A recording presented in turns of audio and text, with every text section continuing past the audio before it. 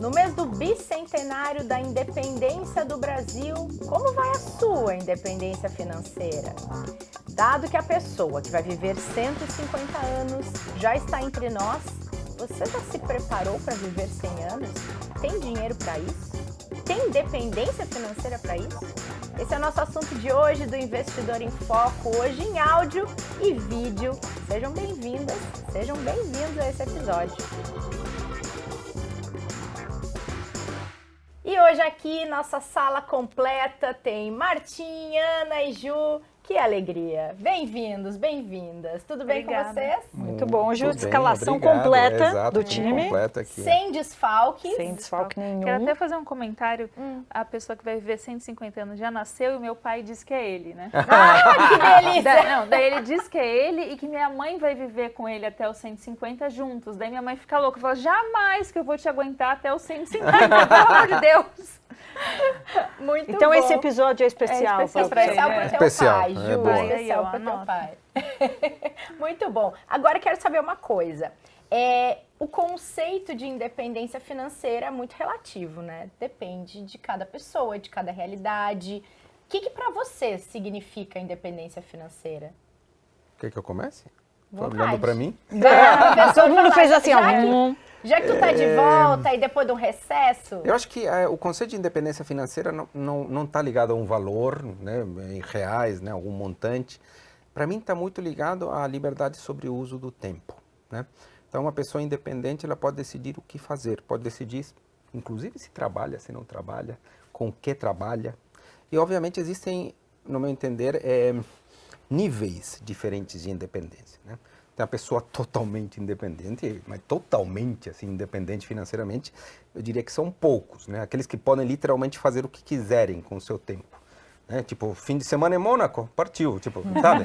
E o próximo, tipo, essa independência, ela primeiro está ligada aos hábitos de consumo, do que a pessoa gosta de fazer, mas existem outros níveis, né? A pessoa que, pelo menos por ter uma reserva, por ter um patrimônio, consegue, por exemplo, escolher com o que trabalhar, né? Consegue escolher as horas nas quais vai trabalhar, né? Uma pessoa que tem pouca independência, por exemplo, fica super dependente de um determinado trabalho, eventualmente tem que trabalhar com coisas que não gosta, né?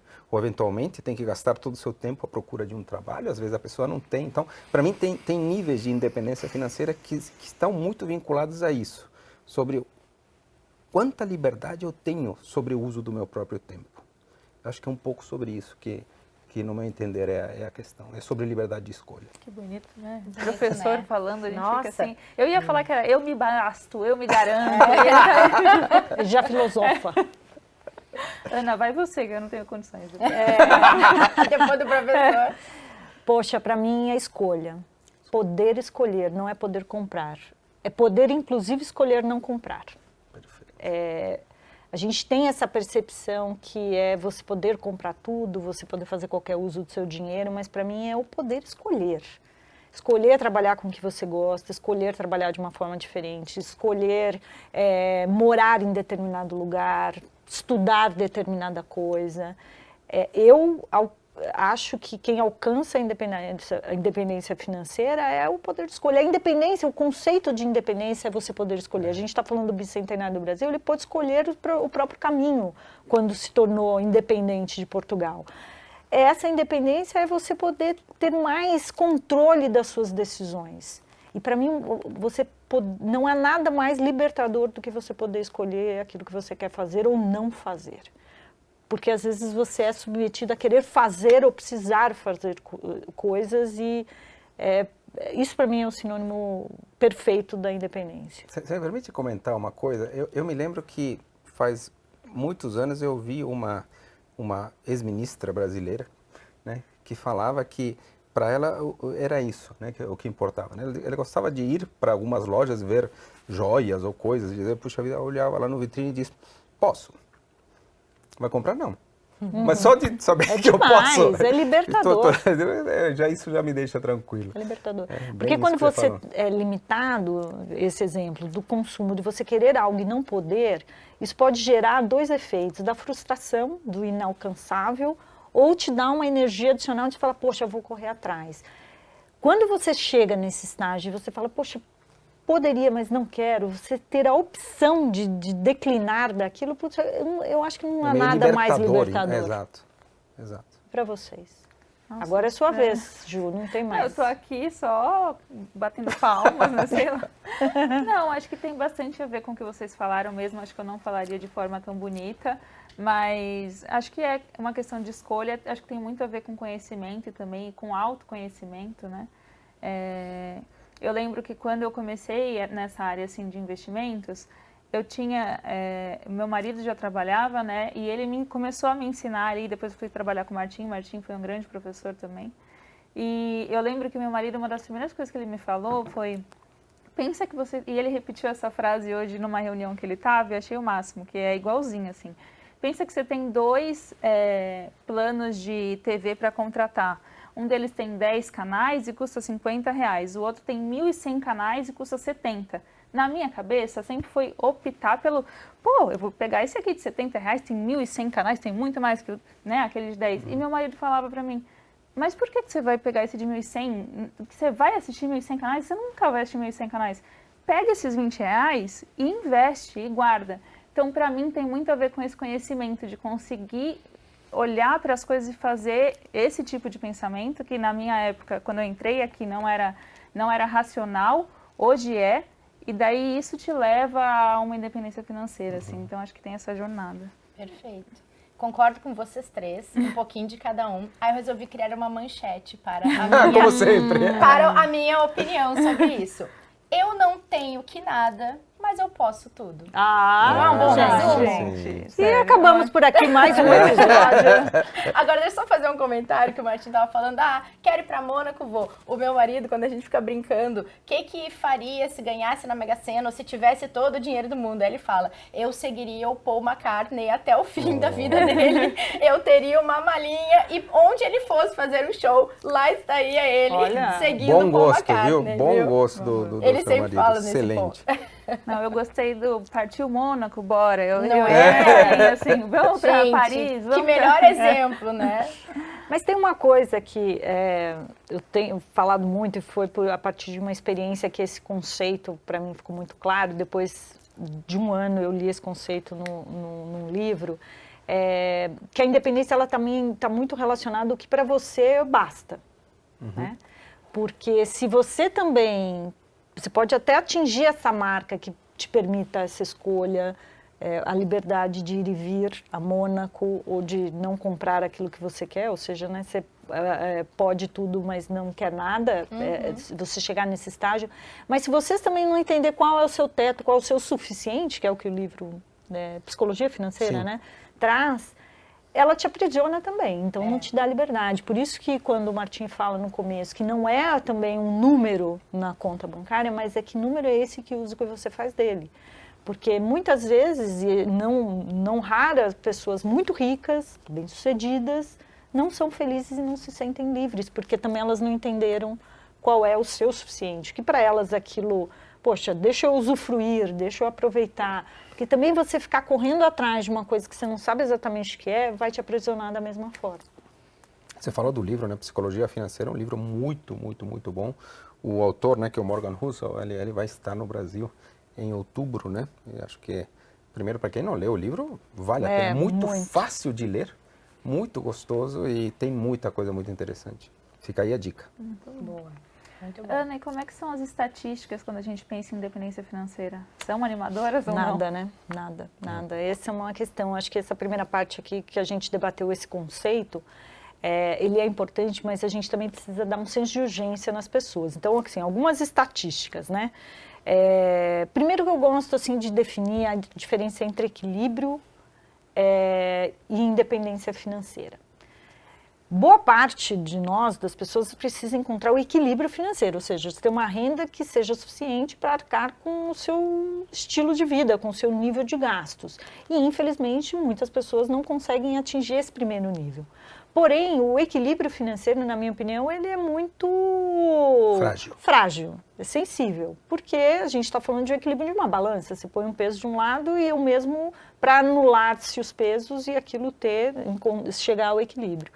Só que qualquer alteração, uma crise, um desemprego, uma eventualidade, o teto que furou, aquele desequilíbrio já está aquele equilíbrio já está comprometido.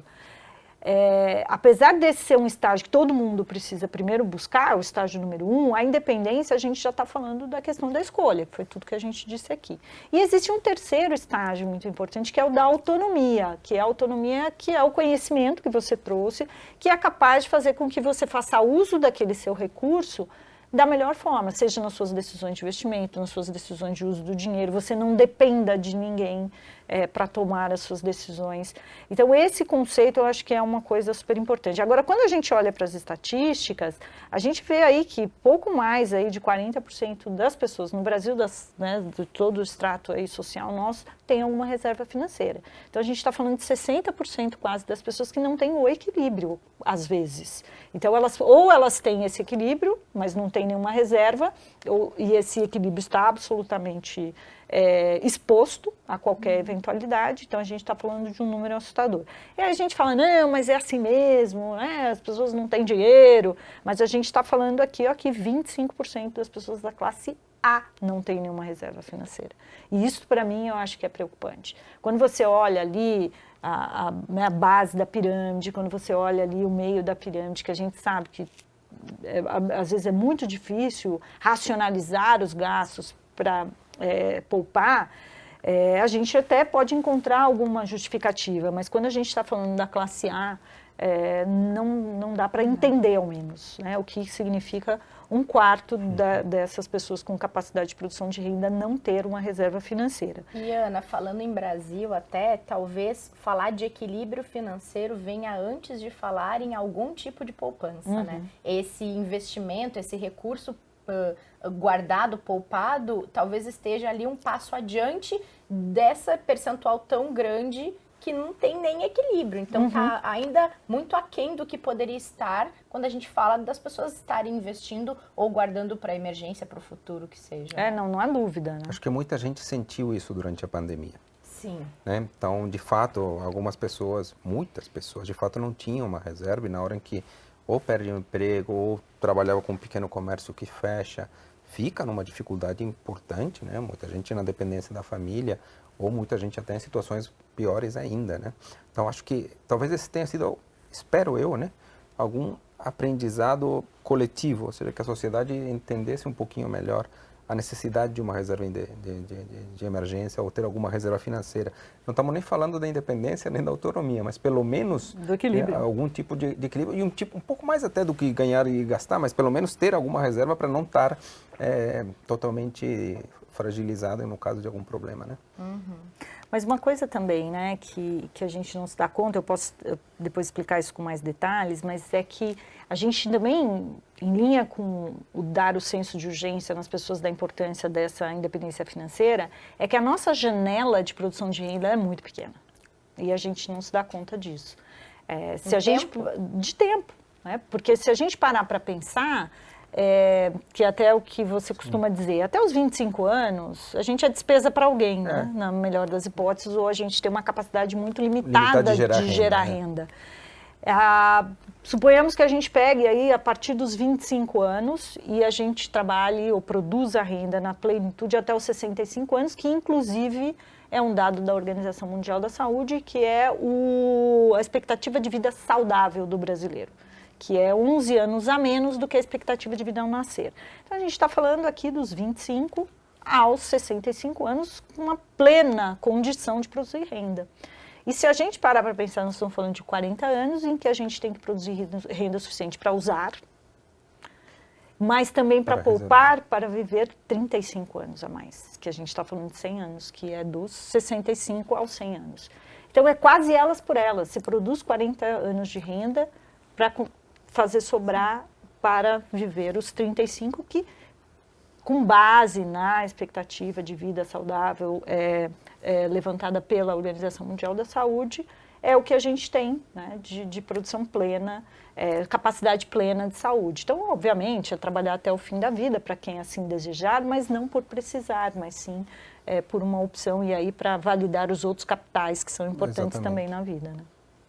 Agora, queria passar para o Martim um pouquinho para a gente falar quais obstáculos você enxerga quando a pessoa está buscando a independência financeira? Ela está nesse caminho, tudo bem, ela pode ter encontrado esse equilíbrio e foi para o caminho de começar a poupar, de pensar em futuro, de pensar em planejamento financeiro, mas tem muito entrave que aparece pelo caminho, né? Tem muito. Acho que os primeiros são coisas que a Ana já falou. É a questão da organização, né? Entender quanto se ganha, quanto se gasta, ter um superávit, ser superavitário e conseguir guardar. Esse é um primeiro ponto muito importante. Agora, um outro ponto que também atrapalha muito é a questão também que a Ana comentou, a questão de o que eu quero, qual é o meu padrão de vida esperado, né? Porque eu vejo que esse padrão ele é móvel, né? Tipo, a pessoa vai começando a ganhar mais e já vai consumindo e vai aumentando o padrão de vida. E aí, de fato, a capacidade de poupança muitas vezes acaba sendo diminuída por um aumento do padrão, né? Até o Cerbasi, né? Ele fala, eu sempre vivi 2 níveis abaixo da minha renda. Mais ou menos ele falava isso. Acho que tem uma lógica, ou seja, a lógica é que quando ele recebia um aumento, ele começou a ganhar mais, né? Depois que ele se tornou independente, ele de fato não ajustava seu padrão de consumo para um novo patamar, né? Ajustava em primeiro lugar o padrão de guardar, de quanto que ele guardava. Agora, eu acho que tem um outro obstáculo também, que faz parte aqui da nossa profissão, é de que saber investir essas reservas, né?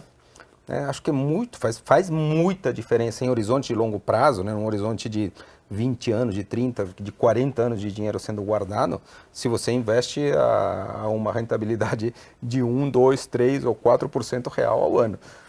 Faz muita diferença, né? Então, os conselhos de investimento são fundamentais aqui. São praticamente tão importantes quanto guardar dinheiro. Tá? Obviamente, se você não guarda, não tem como investir, portanto, guardar é uma condição necessária, mas não suficiente, porque saber investir é importante também, né?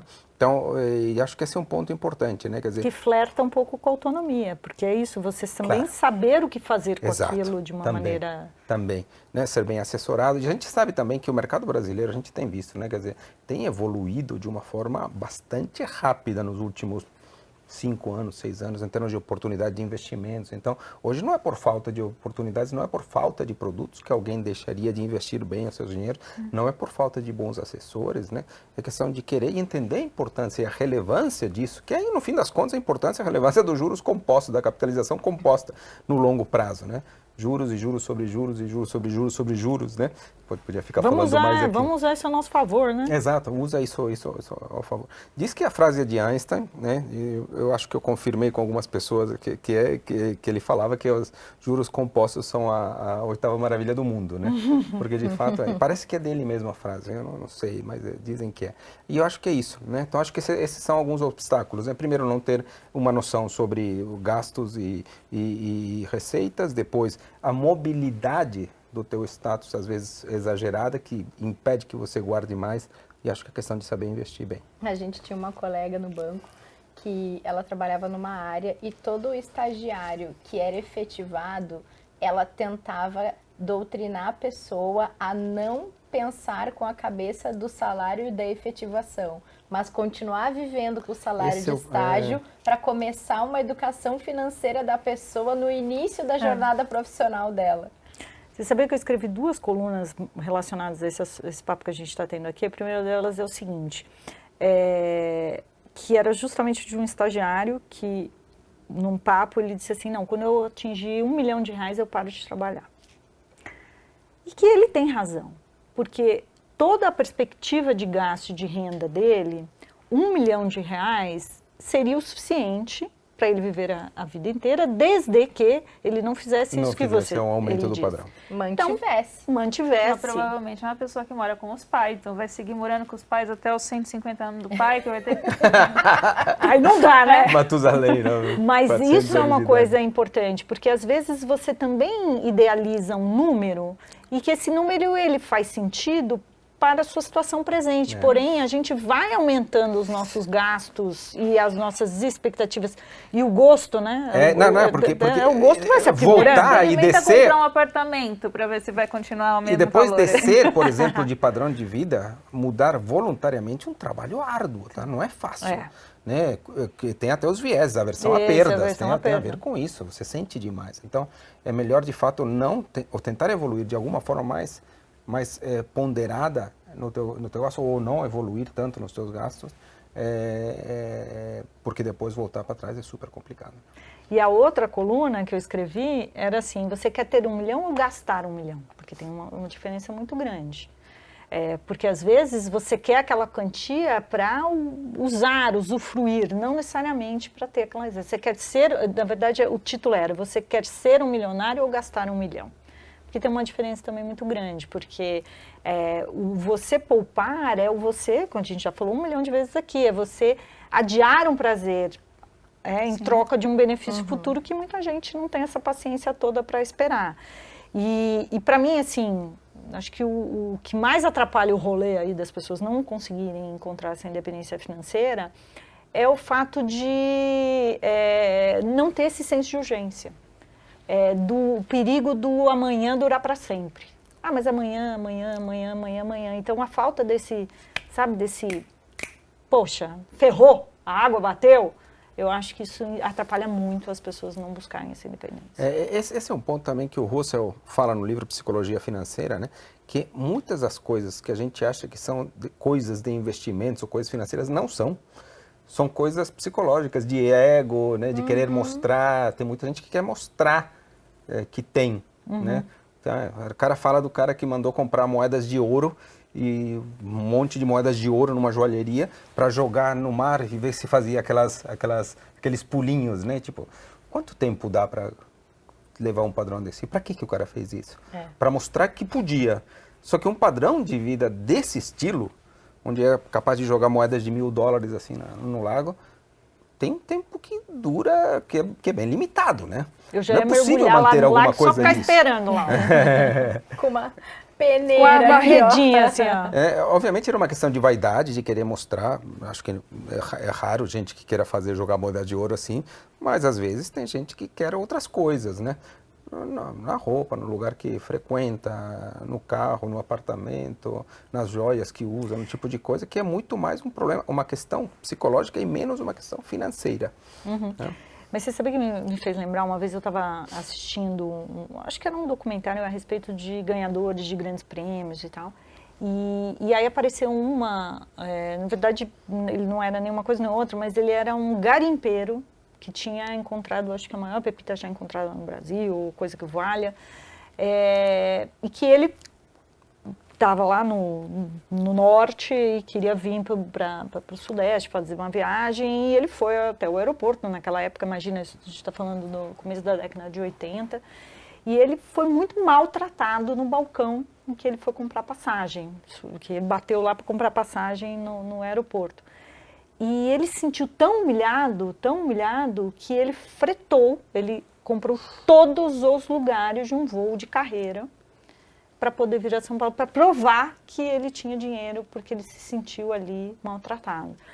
Obviamente, isso é um extremo, e é um caso verdadeiro isso, mas de como para ele aquilo foi, imagina de todos os perrengues que ele já deve ter passado na vida, ele ainda se submeter a uma humilhação daquela, e ele usou o dinheiro como uma forma de se provar, não, eu posso. E aí, né, obviamente, a história aí se explica pelo fato dele ter morrido, acho que até morreu já na miséria e tal. Mas isso acontece muito, então, ou seja, é muito mais uma questão de autoafirmação, de ego, de questões que vão além do tamanho da conta bancária. Muita terapia, né, gente? Nossa. Eu quero saber se quando a gente fala de independência financeira, eu vou até olhar para você, vale a sua máxima de antes tarde do que mais tarde. Então, eu estava pensando nisso. Quando Justifique seu ponto. Justifico o meu ponto. Eu não sei se independência financeira, mas acho que sim, quando a gente começa, não interessa a idade, o importante é começar. Vale sempre o antes tarde do que mais tarde, porque às vezes o despertar dessa consciência para o que a gente faz com o nosso dinheiro, para nossa relação com o dinheiro, eu acho que não é ao mesmo tempo para todo mundo, né? Tem gente que demora mais, depende de tanta coisa, criação, educação, como foi a vida profissional, a questão do emprego, dificuldades e tudo mais, o conhecimento sobre o assunto. Mas eu acho que dependendo do quão tarde a pessoa começa, talvez ela não conquiste a independência financeira dela. Mas talvez ela vai se aproximar muito mais de um equilíbrio, como a gente vinha falando falando aqui, que seja de um equilíbrio, que seja de um começo de uma jornada de investimentos. Então, eu acho que vale, sim. Mas eu também acho que o risco da pessoa não conquistar essa independência que a gente fala do poder de escolha, né, de saber o seu limite e o seu ideal, de tudo isso que a gente conversou aqui, talvez não chegue. A independência total, provavelmente algumas pessoas que começam tarde não vão chegar, mas como eu falei, existem níveis de independência, né? E, obviamente, algum tipo de independência é obtido na hora em que você começa de alguma forma, né? Ou seja, a pessoa consegue... Hoje você vê muitas pessoas, eu diria que uma quantidade enorme, milhões de pessoas no Brasil sobrevivem com 15, 20% da renda que tinham quando trabalhavam, né? Sobrevivem, essa que é a palavra, sobrevivem, né? Eventualmente, sei lá, consomem isso em alimentos e poucas outras coisas. Se essa pessoa tivesse guardado algo que fosse, né? Algo de melhor já teria na sua qualidade de vida, né? Então, certamente, é melhor tarde do que mais tarde, sem dúvida. Agora, isso não tira o fato de que quanto mais cedo, de fato, muito melhor, né? E que quem constrói com esses pilares que a gente está comentando, com toda uma questão de disciplina financeira, com qualidade dos seus investimentos, se consegue, de fato, algum recurso, o nível de independência que ela terá será muito maior, Né? Sem palavras. Fechou? Vamos encerrar? Vamos encerrar. Então, obrigada, gente. A gente ia encerrar mesmo. Mas Martim lacrou o nosso encerramento. Tivemos manchetes, lacração, o que mais? Teve de tudo aqui. A gente, o próximo é nosso, vai ver só. Então, tá. Vamos para Mônaco? Não. Gente, obrigada. Foi uma alegria, como sempre. Boa semana para vocês. Para você também. A gente se encontra no próximo. E obrigada a vocês que acompanharam mais esse episódio em áudio e vídeo aqui do Investidor em Foco. Na semana que vem a gente está de volta. Não esqueçam que é toda terça e quinta, nem sempre tem áudio e vídeo, então aproveita quando a gente está aqui compartilhando essa proximidade com vocês. Foi um prazer. Até a semana que vem.